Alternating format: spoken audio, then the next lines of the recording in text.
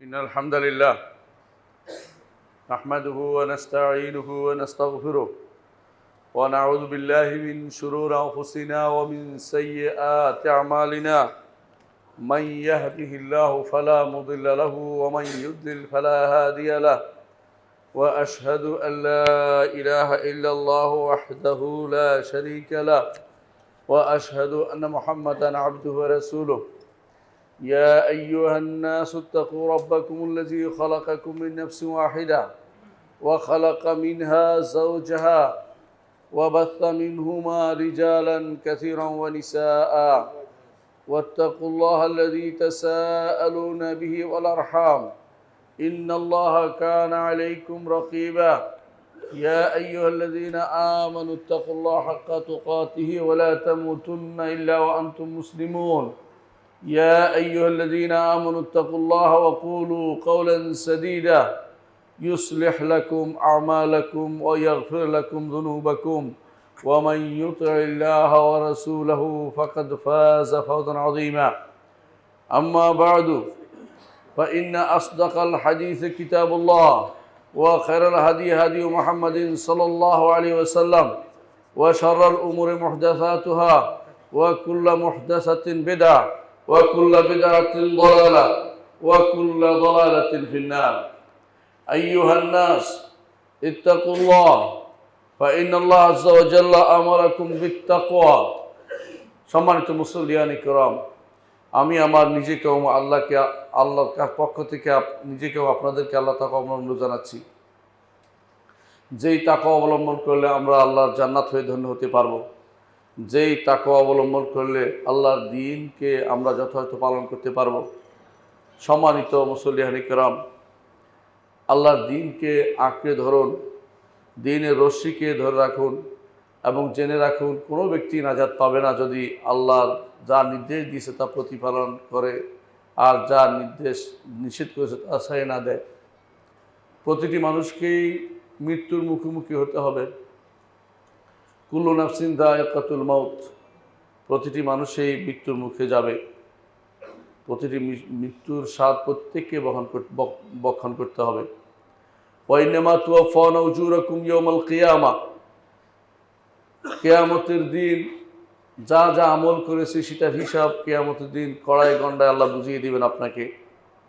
ফামান যুহজিহা আনিন নার ওয়া উদখিলাল জান্নাতা ফাকাদ ফাজ, যাকে জাহান্নাম থেকে দূরে রাখা হয়েছে এবং জান্নাতে প্রবেশ করানো হয়েছে সে হচ্ছে সফলকাম ব্যক্তি। ওমাল হায়াতুদ দুনিয়া ইল্লা মাতাউল গুরুর, দুনিয়ার জীবন তো শুধুমাত্র ধোঁকার সামগ্রী। দুনিয়ার মানুষ বিভিন্নভাবে ধোঁকা খায়। সবচেয়ে বড় ধোঁকা খায় যখন সে আল্লাহ এবং তার রাসূল সম্পর্কে না জানে, যখন সে কোরআন এবং সুন্নাহ সম্পর্কে না জানে। দুনিয়ার অনেক কিছুই সে জানে, ইয়ালামুনা যাহিরাম মিনাল হায়াতিদ দুনিয়া ওয়া হুম আনিল আখিরাতি হুম গাফিলুন।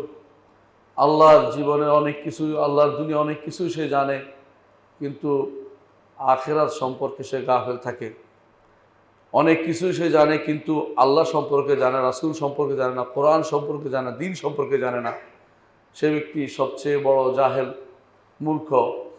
দুনিয়াতে যত সমস্যা হয়েছে এই কারণে হয়েছে মানুষ যে মূর্খ থেকে গেছে, আল্লাহ সম্পর্কে জানেনি, দ্বীন সম্পর্কে জানেনি। জানার জন্য দুটি জিনিস আল্লাহ দিয়েছেন, একটি হচ্ছে কোরআন, একটি হচ্ছে সুন্নাহ। এই দুইটাকে যথাযথভাবে জানতেই হবে। এই দুইটি জানার কোনো বিকল্প নেই। এই দুটি থেকে যদি কোনো মুখ ফিরিয়ে থাকি তা আল্লাহ তাআলা কোরআনে কারীম বলেছেন, ওমান আরাদা আন যিকরি ফাইন্না লাহু মাঈশাতান দানকা, যে কেউ আমার জিকির কোরআন এবং সুন্নাহ থেকে মুখ ফিরিয়ে থাকবে তার জন্য দুনিয়ার বুকে রয়েছে সংকীর্ণ জীবন। ওয়া নাহশুরুহু ইয়াওমাল কিয়ামাতি আমা, কিয়ামতের দিন অন্ধ হিসাবে তিনি হাসর করবেন। দিন না জানলে অন্ধ হিসাবে হাসর হবে। সন্তানদেরকেও দিন পড়ান নাই, নিজেও পড়েন নাই, নিজেও শিখেন নাই। আমরা অনেক কিছু জানি কিন্তু দিন শিখি নেই। আপনি হাসরের মাঠে অন্ধ হিসেবে উঠবেন। আল্লাহ বলছেন, ওমান আরাদা আন যিকরি ফাইন্না লাহু মাঈশাতান দানকা ওয়া নাহশুরুহু ইয়াওমাল কিয়ামাতি আমা ক্বালা রাব্বি লিমা হাশারতানি আমা, সে বলবে, আল্লাহ আমাকে কেন অন্ধ হিসাবে আপনি হাসরের মাঠে উঠাচ্ছেন, অন্ধ হিসাবে কেন উঠালেন? ওয়াকাদ কুনতু বাসীরা, আমি তো খুবই দেখতাম দুনিয়ার বুকে। ক্বালা কাযালিকা আতাতকা আয়াতুনা ফানাসীতাহা ফাকাযালিকা আল-ইয়াওমা তুনসা, তোমার কাছে আমার আয়াত এসেছিল, তুমি সেগুলি ভুলে বসেছিলে, আজকের দিনে তোমাকেও এভাবে ছেড়ে রাখা হবে, তোমাকে এখান থেকে উদ্ধার করার চিন্তা করা হবে না। কোনো আল্লাহ তাআলা কাউকে উদ্ধার করবে না যদি কোনো দিন ঈমান না থাকে। দিন ঈমান না থাকার মূল হচ্ছে আল্লাহ সম্পর্কে না জানা, আল্লাহর দিন সম্পর্কে জানা, রাসূল সম্পর্কে না জানা। এই তিনটি জিনিস যে ব্যক্তি জানবে না সে ব্যক্তি সবচেয়ে বড় হতভাগা। আল্লাহ সম্পর্কে না জানলে, আল্লাহর কাছে যাওয়ার পথটা না জানলে আপনি হতভাগা। দুইটা জিনিস জানতে হবে, আল্লাহকে চেনা এবং আল্লাহর কাছে যাওয়ার পথ কি, আল্লাহর জান্নাত লাভের ধন্য হওয়ার পথ কি, এই দুইটা আপনাকে আমাদের প্রত্যেককে জানতে হবে। সম্মানিত মুসল্লিয়ানি কেরাম, প্রতিটি মানুষই আসলে জাহেল। আল্লাহ তাআলা কোরআনে কারীম মানুষদের জাহেলি বলেছেন, কারণ বেশিরভাগ মানুষই মূর্খ, জানে না। কি জানে না? তার পরিণতি জানে না। এমন বোঝা বহন করে যা সে বহন করতে পারবে না, এমন দায়িত্ব সে নেয় যে দায়িত্ব তার যোগ্যতা নেই, এমন দায়িত্ব সে নেওয়ার জন্য লালায়িত থাকে। প্রথম যে আমাদের উপর আল্লাহ তাআলা দায়িত্ব দিয়েছেন, শরীয়ত যে তোমাদেরকে মানতে হবে, শরীয়তের উপর তোমাদের হিসাব হবে, নিকাশ হবে, শরীয়ত না মানলে জাহান্নামে যাবে, এটা প্রথম আল্লাহ তাআলা পাহাড় পর্বত আসমান সবাইকে দিয়েছে, কেউ নিতে রাজি হয় নাই। মানুষ নিয়েছে, কারণ মানুষ জাহেল। আল্লাহ তাআলা কোরআনে কারীম বলছেন, ইন্না আরাদনাল আমানাতা আলাস সামাওয়াতি ওয়াল আরদি ওয়াল জিবালি ফাআবাইনা আন ইয়াহমিলনাহা ওয়া আশফাকনা মিনহা ওয়া হামালাহা আল ইনসান ইন্নাহু কানা যালুমান জাহুলা। মানুষ জালেম এবং জাহেল এজন্য সে নিয়েছে যে আমি আপনার কথা শুনে জান্নাতে যাব, আর যারা আসমান জমিন পাহাড় পর্বত যখন তাদেরকে বলা হয়েছে যে জান্নাতে যাওয়ার সুযোগ দিব, আমার কথা শুনতে হবে, আমার আদেশ নিষেধ মানতে হবে, আদেশ নিষেধ মেনে চলতে হবে, দুনিয়ার বুকে তারা নিতে রাজি হয় নাই। আশফাকনা মিনহা, এ থেকে পালিয়েছে। এই আমানত, এটার নাম যে আল্লাহর নির্দেশ আদেশ নিষেধ, আল্লাহর শরীয়ত মানা, আল্লাহর দ্বীন মানা, কোরআন এবং সুন্নাহ মেনে চলা, এটা শুধুমাত্র আল্লাহ মানুষকে দায়িত্ব দিয়েছেন, কারণ তাকে পুরস্কৃত করবেন। সে জাহেল বলেই নিয়েছে, আবার সে জালেম, নিজের উপরে জুলুম করে যাচ্ছে। সে জানে না সে কতটুকু আমল করলে জান্নাতে যাবে, উল্টাপাল্টা আমল করছে, জুলুম করে যাচ্ছে নিজের উপরে। প্রতিটি মানুষ সেই মায়ের পেট থেকে জাহেল হিসাবে বের হয়। আল্লাহ তাআলা কোরআনে কারীম বলেছেন, ওয়াল্লাহু আখরাজাকুম মিন বুতুনি উম্মাহাতিকুম লা তা'লামুনা শাইআ, আল্লাহ তোমাদেরকে তোমাদের মায়ের পেট থেকে বের করেছেন, তোমরা কিছুই জানতে না। যারা বলে কেউ মায়ের পেট থেকে কোনো কিছু মুখস্থ করে বের হয়েছে, তারা মিথ্যা কথা বলে। মায়ের পেট থেকে কেউ কিছু মুখস্থ করে বের হয় না। আল্লাহ তাআলা আমাদেরকে মূর্খ হিসাবে দুনিয়াতে বের করেছেন। দুনিয়াতে আসার পরে এমন সব সামগ্রী দিয়েছেন যা দিয়ে আমরা জ্ঞান অর্জন করতে পারি। সেটা কি? তিনটি জিনিস স্পষ্ট করে দিয়েছেন। আমাদের চোখ দিয়েছেন দেখে শেখার জন্য, কান দিয়েছেন এবং বিবেক দিয়েছেন। তিনটে জিনিস দিয়ে অনুধাবন করার জন্য আর শুনে শেখার জন্য দিয়েছেন। কিন্তু আমরা তিনটিকে কাজে যদি না লাগাতে পারি তাহলে আমরা বালহুম আদল, আল্লাহ বলেছে উলাইকা কাল আনআমি বালহুম আদল, চতুষ্পদ জন্তুর মতো, বরং তার চেয়েও তারা নিকৃষ্ট, তার চেয়েও তারা নিকৃষ্ট। কারণ চতুষ্পদ জন্তুর কোনো হিসাব হবে না, তাদের জন্য জাহান্নামের ব্যবস্থাপনা নেই, ভয় নেই। কিন্তু আপনার জন্য জাহান্নাম যদি না মানেন, জাহান্নামে যাওয়ার ব্যবস্থা রয়েছে, আপনি আরও পথভ্রষ্ট। আল্লাহ তাআলা কোরআনে কারীমের জন্য বলেছেন, ওয়ালাকাদ যারানা লিজাহান্নামা কাসীরাম মিনাল জিন্নি ওয়াল ইনস, অবশ্যই আমরা সৃষ্টি করেছি জাহান্নামের জন্য অনেক মানুষ এবং জিনদেরকে। লাহুম কুলুবুন লা ইয়াফকাহুনা বিহা, তাদের অন্তর আছে কিন্তু বুঝার চিন্তা করে না। ওয়ালাহুম আযানুন লা ইয়াসমাউনা বিহা, কান আছে শোনার চিন্তা করে না, তাদের চোখ আছে দেখার চিন্তা করে না। উলাইকা কাল আনাম, তারা চতুষ্পদ জন্তুর চেয়েও নিকৃষ্ট। যে মূর্খতা নিয়ে দুনিয়াতে এসেছি, সেই মূর্খতা নিয়ে যদি দুনিয়া থেকে চলে যায়, আপনার জন্য ভালো কিছু অপেক্ষা করে নাই, আপনার জন্য জাহান্নাম ছাড়া কোনো গত্যন্তর নাই। এই জন্য দুনিয়াতে এসে যদি কোনো আপনি এই নিজের থেকে জুলুম এবং জাহাল দুইটা জিনিস দূর করতে না পারেন, আপনি হচ্ছেন চরম হতভাগা।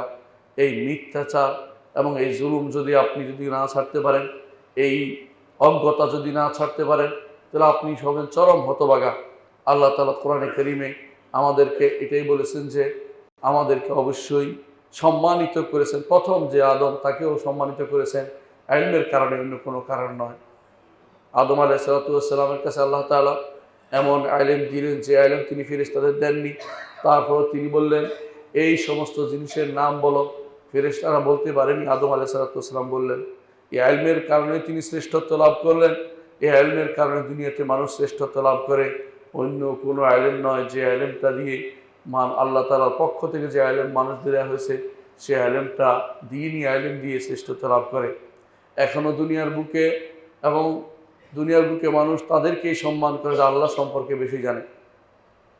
আল্লাহ সম্পর্কে বেশি জানে নবীরা, আল্লাহ সম্পর্কে বেশি জানেন সিদ্দিকরা, আল্লাহ সম্পর্কে বেশি জানেন শহীদরা, আল্লাহ সম্পর্কে বেশি জানেন সালেহরা।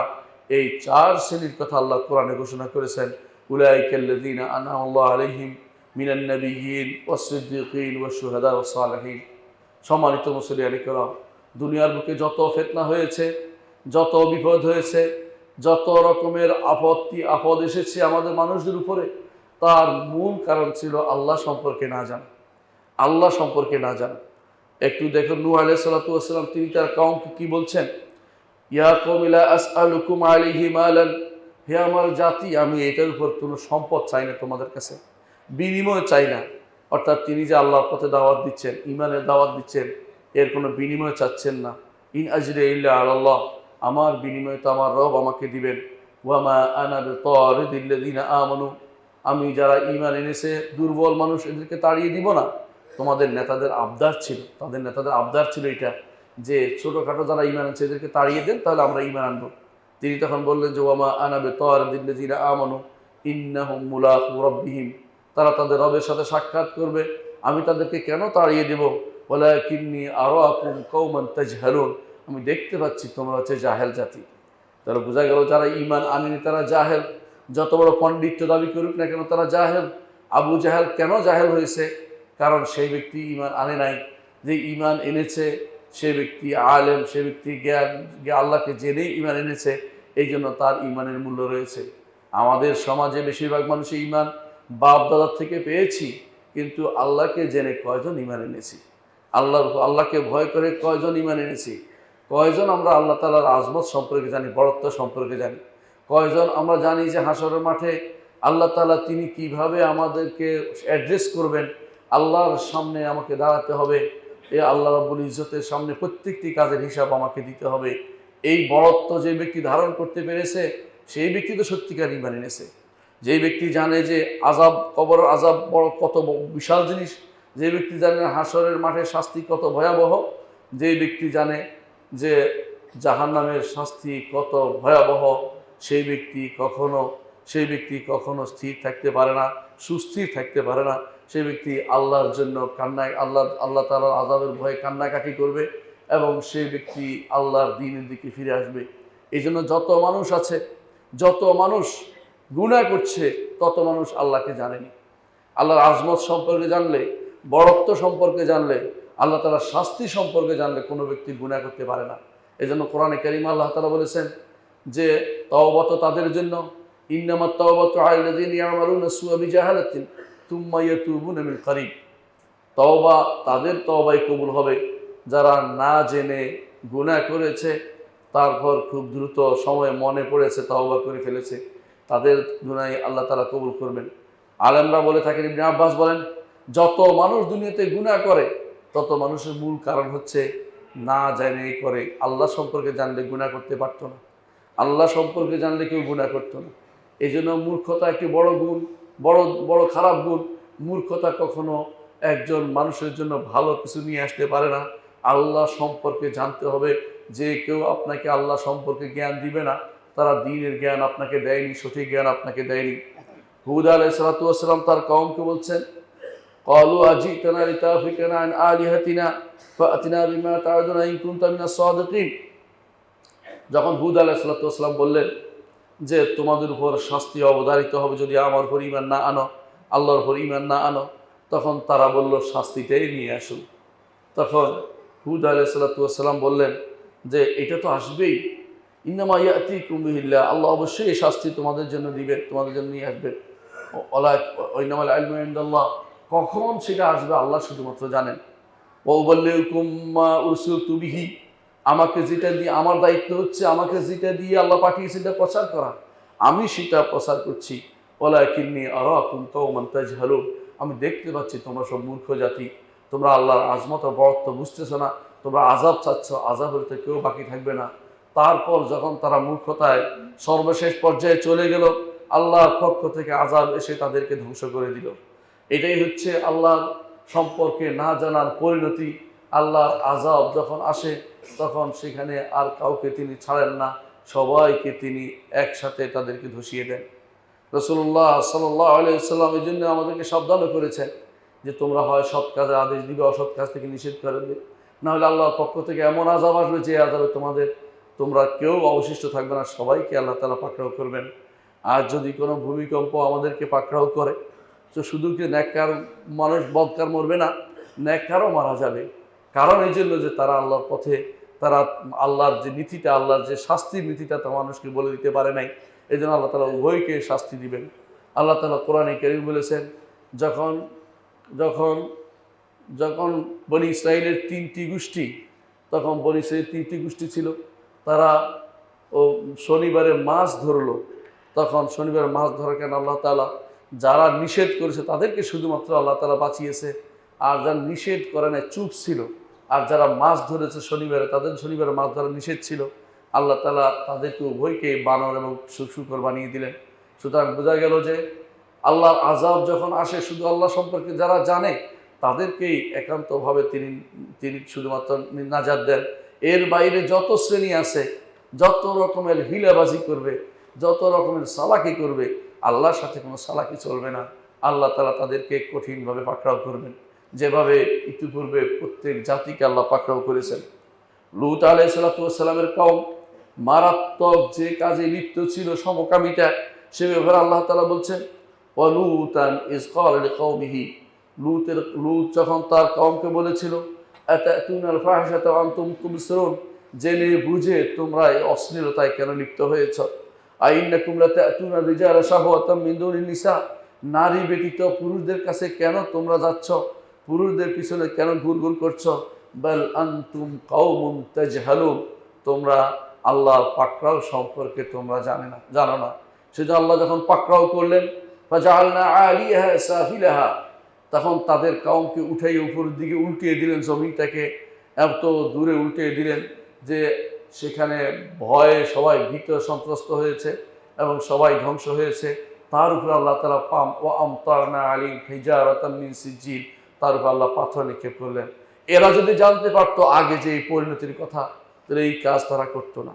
আজও যারা সমকামিতা নিয়ে বাহাদুরি করছে, সমকামিতাকে তারা, এই রোগটাকে তারা এটাকে অধিকার মনে করছে, তারাও আল্লাহ সম্পর্কে জানে না, আল্লাহর পাকড়াও সম্পর্কে জানে না, আখিরাতের আযাব সম্পর্কে জানে না। এই জন্য তারা এই কথাগুলি বলছে।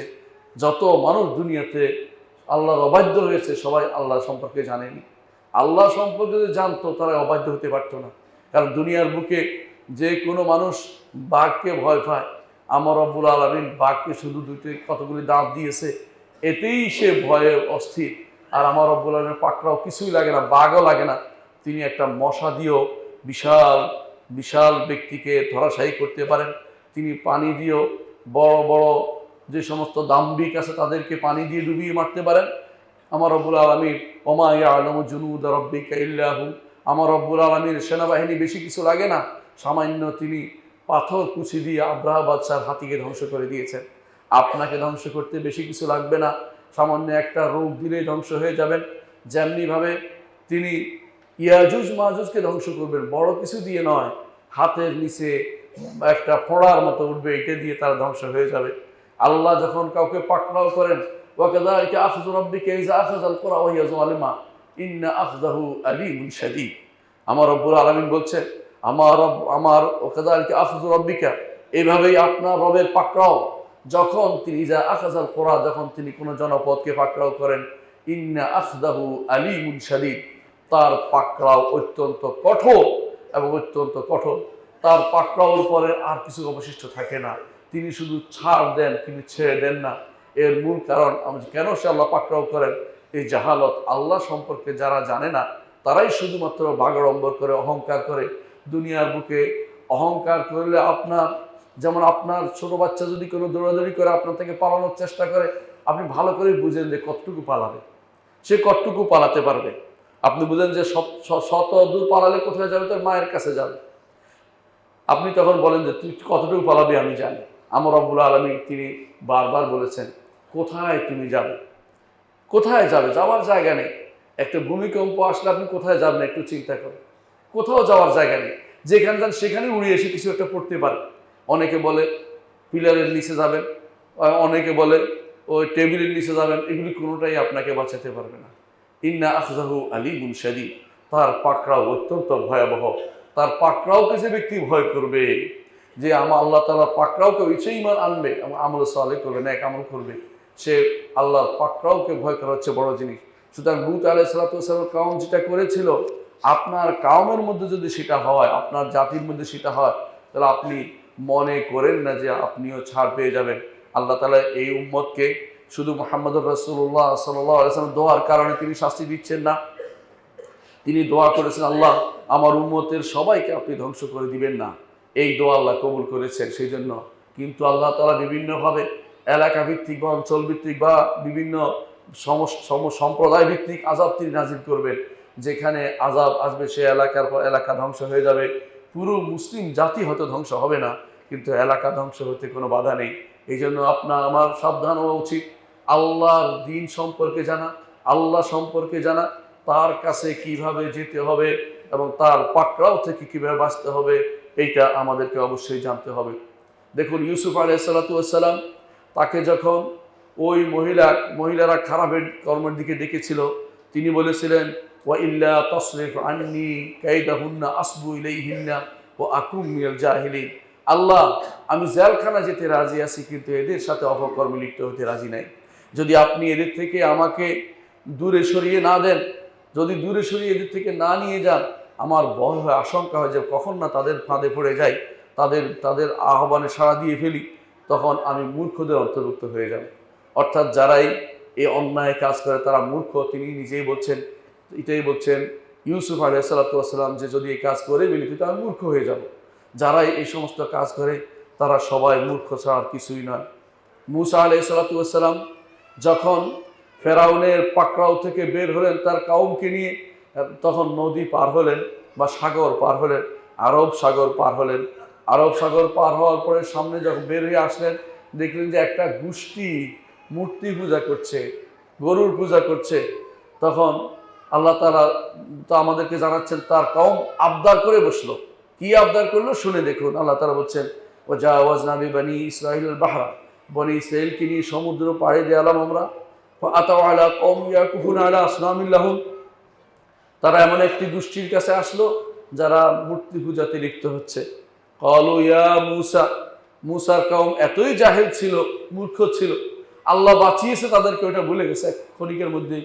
তাদের কাছে ভালো লেগে গেল, তারা বলল, ইজআল লানা ইলাহান কামা লাহুম আলিহা, এদের তো অনেক আল্লাহ আছে, আমাদের একটা আল্লাহ বানিয়ে দেন না। মানে আবদারের চরম চরম আবদার করছে, এমন এক আবদার যে আবদার হচ্ছে কুফরি শিরক। তখন মূসা আলাইহিস সালাতু ওয়াস সালাম একটা কথাই বললেন, ইন্নাকুম কওমুন তাজহালুন, তোমরা সবই মূর্খ জাতি দেখতে পাচ্ছি।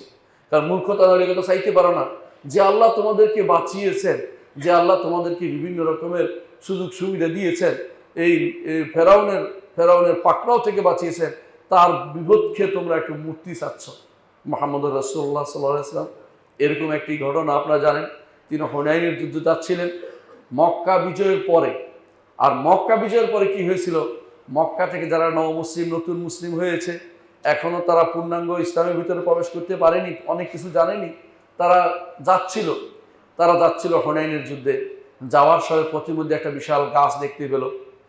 তখন এই গাছের মধ্যে দেখলো যে তারা কাফেররা সেখানে তারা লটকায় রাখে, তাদের তরবারি লটকায় রাখে। তারা মনে করতো গাছের বরকতে তরবারি ধারালো হবে এবং মানুষদেরকে মারতে পারবে, এই জন্য। তখন আবদার করে বসলো কয়েকজনে যে ইয়া রাসূলুল্লাহ, এদের যেমন লটকানোর জায়গা আছে, আমাদেরকে লটকানোর জায়গা বানিয়ে দিন।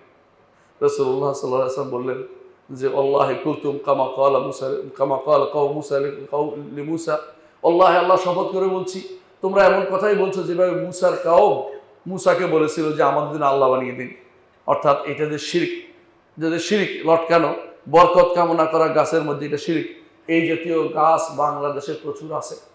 গাছ আছে না, শুধু গাছের মধ্যে সুতা দিয়ে গাছটাকে মেরে ফেলা হয়েছে, আপনি দেখতে পাবেন অনেক গাছের মধ্যে সুতা, অনেক জায়গায় সুতা দিয়ে বাঁধাই করা হয়েছে, অনেক কিছু গোলাপ জল ঢালছে, এই সবই আপনি দেখতে পাবেন। এগুলি সবই হচ্ছে শিরক এবং কুফর। এগুলি যারা করছে তারা ইমানদার নয়, ইমানদার নয়, তারা ইমানদার থাকতে পারেনি। কারণ আমার নবী বলেছেন যে এইটা কওমে মুসা, যে মুসার কাছে বলেছিল যে আল্লাহুম ইলাহান কামা লাহুম আলিহা, সেরকম কাজই তারা করছে।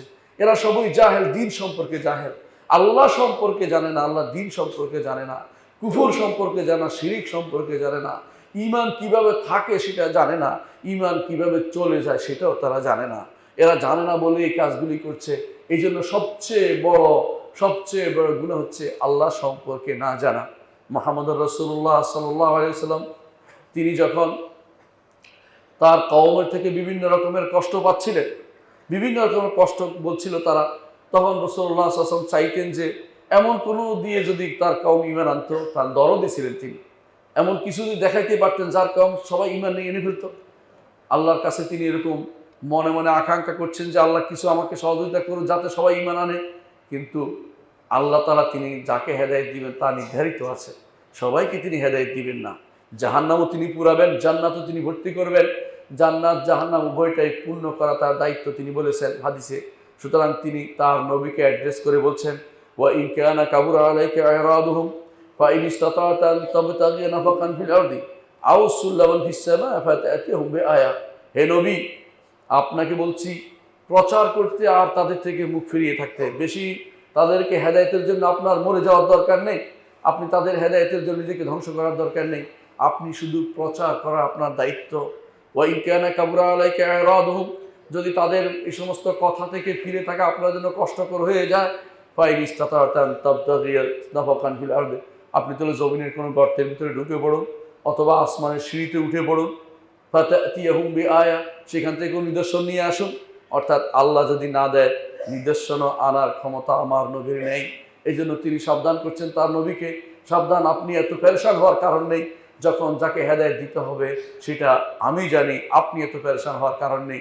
তারপর তিনি বলেছেন, ওয়ালাউ শা আল্লাহু লাজামা'আহুম আলাল হুদা, আল্লাহ যদি চান সবাইকে হেদায়েত দিয়ে দিতে পারেন, কিন্তু তিনি হেদায়েত সবাইকে যখন ইচ্ছা তখন দিবেন, সবাইকে তিনি হেদায়েত দিবেন না, কারণ উভয়টি তিনি পূর্ণ করবেন। লা আমলা আন্না জাহান্নামা মিনাল জিন্নাতি ওয়ান নাসি আজমাইন, মানুষ এবং জিন উভয় দিয়ে তিনি জাহান্নাম পূর্ণ করবেন, সেটা তার নীতির ওয়াদার মধ্যে রয়েছে।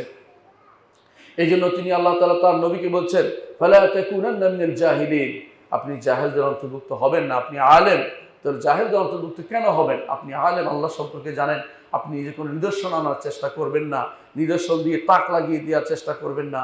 আল্লাহ তাআলা যাকে হেদায়েত দিবে সে ব্যক্তি হেদায়েত প্রাপ্ত হবে।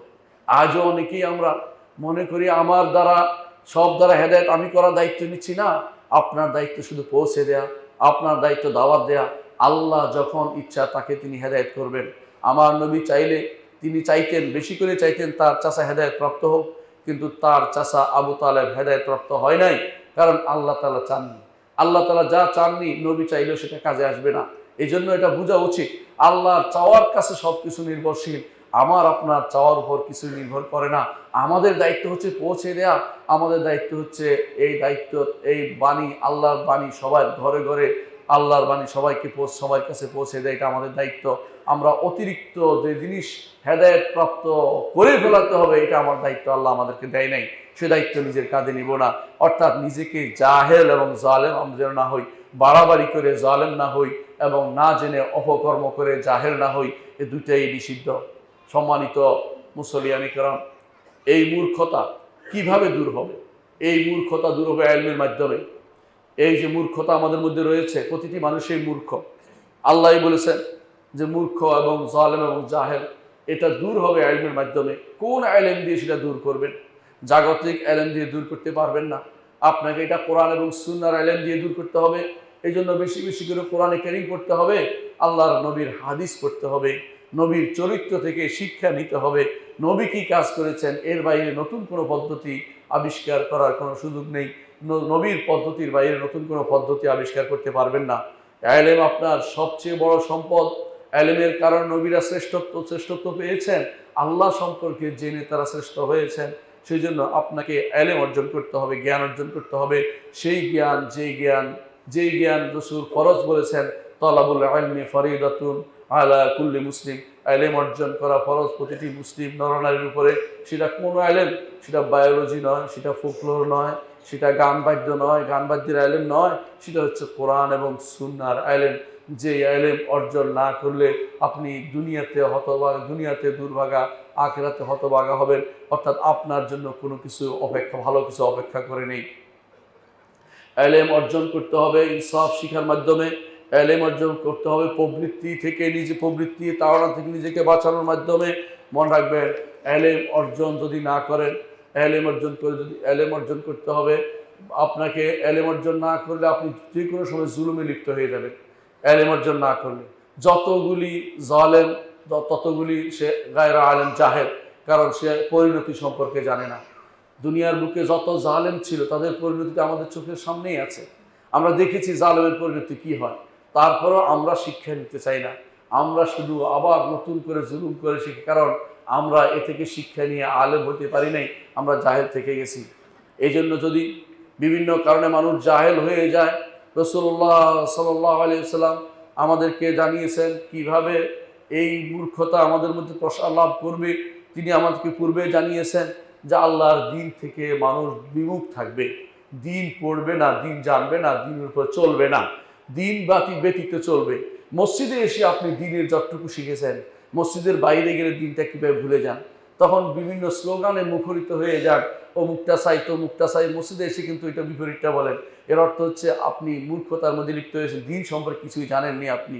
রাসূলুল্লাহ সাল্লাল্লাহু আলাইহি ওয়াসাল্লাম আমাদেরকে জানিয়েছেন যে কিয়ামতের আগে সানাওয়াতুল খাদ্দা থাকবে, কিছু বছর থাকবে ধোকার বছর, মানুষদেরকে ধোকা দিবে কিছু বছর।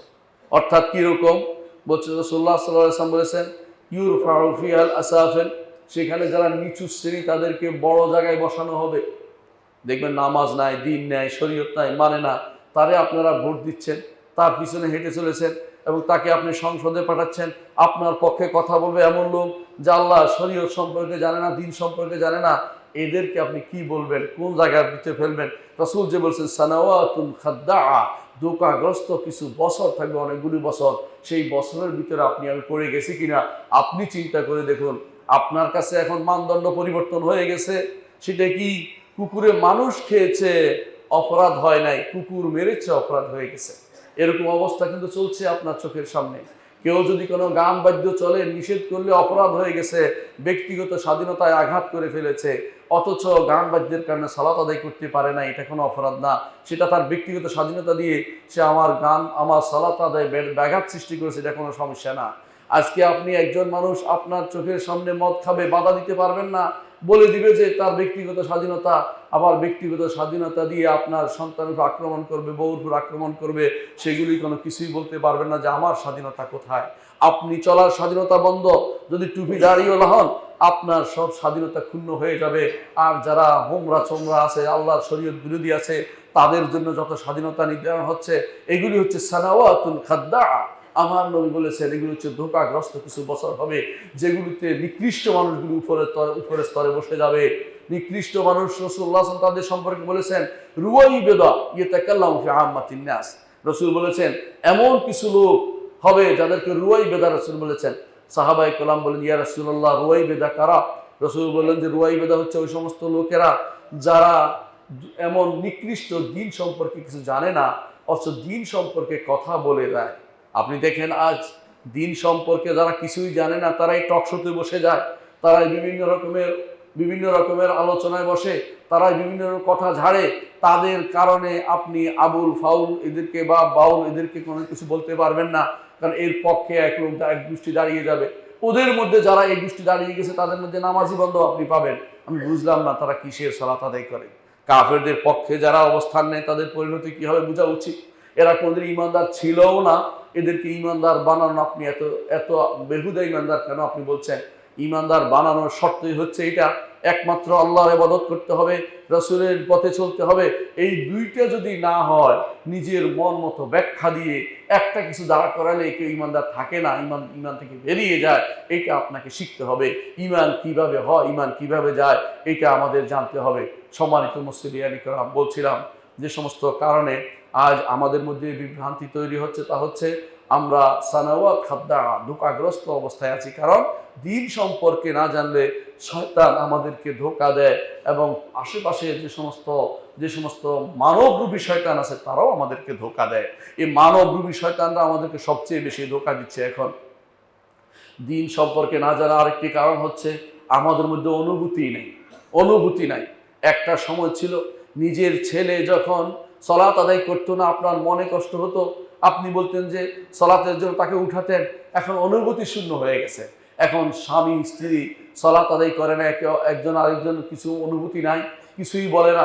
বছরের পর বছর ধরে স্বামী চাকরি করে, সালাত আদায় করে না, এটা চিন্তা করে না। টাকা পেয়ে স্ত্রী খুশি।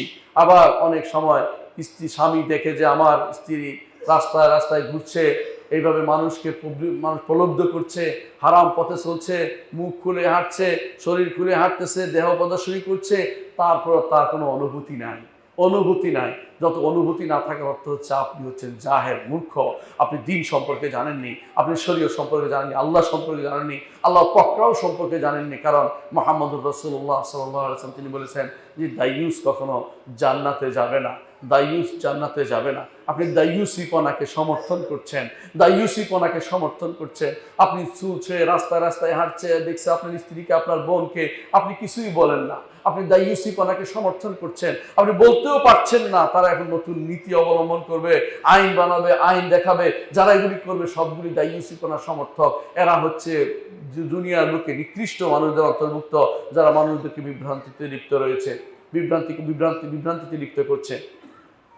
সম্মানিত মুসলিম کرام, আরো মূর্খতার আরেকটি কারণ হচ্ছে মানুষের মধ্যে উচ্চ বিলাস, যেটাকে বলে দিনের ব্যাপারে উঁচু হওয়ার তাদের ইচ্ছা নেই। তারা দুনিয়া দিয়ে উঁচু চায়, দুনিয়া নিয়ে ব্যস্ত থাকতে চায়। দুনিয়ার ব্যস্ততা এতই বেড়ে গেছে, দুনিয়ার বাড়ি ঘর টাকা পয়সা সব আমার দরকার, কিন্তু এগুলি কিন্তু আপনাকে রেখে যেতে হবে। এই চিন্তা থেকে সে সম্পূর্ণরূপে বিমুখ হয়ে আছে। এমন হতে পারে আজকে আপনি আছেন, কালকে আপনি নেই, কিন্তু আজকে যে টাকা রোজগার করেছেন এগুলি কি কালকে ভোগ করতে পারবেন কিনা, এই চিন্তা আপনি কোনোদিন করেন নাই। আপনি মনে করছেন বহু বছর বাঁচবেন, সেই জন্য শুধু টাকা জমাচ্ছেন, কিন্তু আল্লাহর দিন সম্পর্কে জানার চিন্তা আপনি করেননি। সন্তানদেরকে এমন সব বিদ্যা পড়াচ্ছেন যেগুলি সে শুধুমাত্র দুনিয়ার কাজে লাগবে, দিনের কোনো কাজে লাগবে না। এই চিন্তা আপনি করেন নাই যে দিনের কাজে যেটা লাগবে না, এইটা আমি তাকে কেন পড়াচ্ছি। যেটা আমার আখিরাতে যাবে না, দুনিয়াতে রেখে যেতে হবে, এটা আমার কেন পড়াতে হবে তাকে? এইটা দিয়ে আমার কতটুকু কাজে লাগবে, এইটা দিয়ে আমি তাকে কতটুকু দিনের উপর রাখতে পারবো। কিন্তু না, আপনি চিন্তা করেন না। আপনি চিন্তা করেন যে আমাকে আমার পরে হাল ধরতে হবে, আমার অমুক ফ্যাক্টরি, আমার অমুকটাতে সেইটা করতে হবে, ওইটা করতে হবে, আমার এই বাড়ি করতে হবে, ওই বাড়ি করতে হবে, 10তলা বাড়িটা কমপ্লিট হয় নাই, 13তলা করতে হবে। এই চিন্তায় আপনি বিভোর হয়ে আছেন। কিছুক্ষণের মধ্যেই আপনার জন্য মালাকুল মউত এসে আপনাকে নিয়ে গেছেন, বাড়িও চলে গেছে, আপনার হাতে আর নাই। আখিরাতের সম্পদ বলতে কিছু আপনার কাছে নেই। এর মূল কারণ হচ্ছে দুনিয়া নিয়ে আমি বেশি ব্যস্ত হয়ে পড়েছি। যত বেশি দুনিয়া নিয়ে ব্যস্ত হয়ে পড়ব, ততই আপনি আল্লাহর দিন থেকে দূরে সরে যাবেন। কারণ দিন এবং দুনিয়া সম্পূর্ণ একটাকে সব সাপোর্ট করে না। যে ব্যক্তি দুনিয়াদার হবে সে দিনের উপর থাকতে পারবে না। হ্যাঁ, দিনদার হলে আপনার জন্য দুনিয়াটা যেটা আল্লাহ নির্ধারণ করেছে আপনি পাবেন, একটু এদিক সেদিক হবে না, অবশ্যই পাবেন। কিন্তু দুনিয়াদার হয়ে দিন কোনোদিন আপনি পাবেন না। যে ব্যক্তি দুনিয়াদার হয়েছে, দিন খুঁজে নিয়েছে, সে ব্যক্তি অবশ্যই দিনের দিকে ফিরেছে বলেই পেয়েছে। দুনিয়া দিয়ে দিন পাওয়া যাবে না, দিন দিয়ে দুনিয়া আপনি অবশ্যই পাবেন। এই জন্য আল্লাহর দিনকে শেখার চেষ্টা করুন, আল্লাহ তাআলাকে জানার চেষ্টা করুন, তার আযাবকে জানার চেষ্টা করুন, ইসলামকে জানার চেষ্টা করুন। যেভাবে পারেন কোরআন এবং সুন্নাহ পড়ুন, যেভাবে পারেন অর্থ বুঝুন। এখন আলহামদুলিল্লাহ হাতের মুঠোয় চলে এসেছে, কোরআন এবং হাদিস পড়া কঠিন কিছু নয়। একজন মানুষ হাতের মুঠোতে বসে কোরআন হাদিস পড়তে পারে।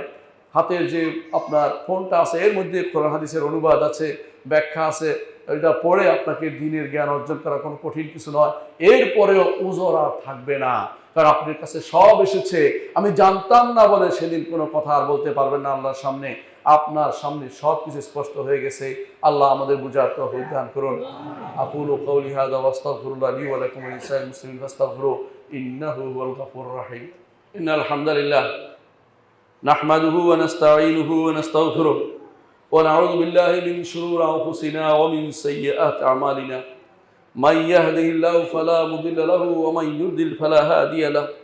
وأشهد أن لا إله إلا الله وحده لا شريك له وأشهد أن محمدا عبده ورسوله أما بعد।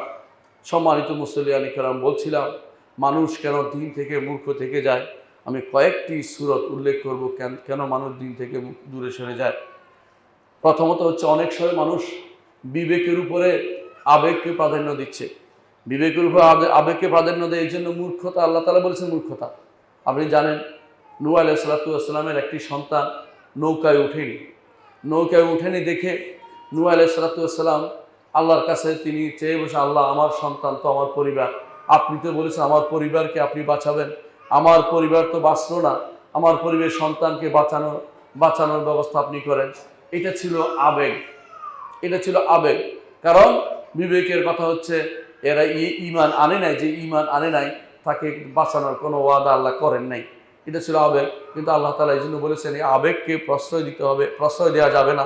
আল্লাহ তাআলা বলছেন যে ইন্নী আইদুকা আন তাকুনা মিনাল জাহিলিন। নূহ, এই যে আপনি প্রস্তাবটা করলেন, এটা জাহালত বা মূর্খতার প্রস্তাব। আমি আপনাকে এই মূর্খতার দিকে যাওয়া থেকে আপনাকে সাবধান করছি। এভাবেই আবেগকে, বেশিরভাগ মানুষ আমরা আবেগ দিয়ে চলার কারণে আজ আমরা দিন শিখতে পারি না। আবেগ দিয়ে আমরা অনেক সময় অন্যায় করে বসি, আল্লাহর দিন থেকে দূরে সরে যাচ্ছি এবং ইলম থেকে দূরে সরে যাচ্ছি, মূর্খতার কাজ করে যাচ্ছি।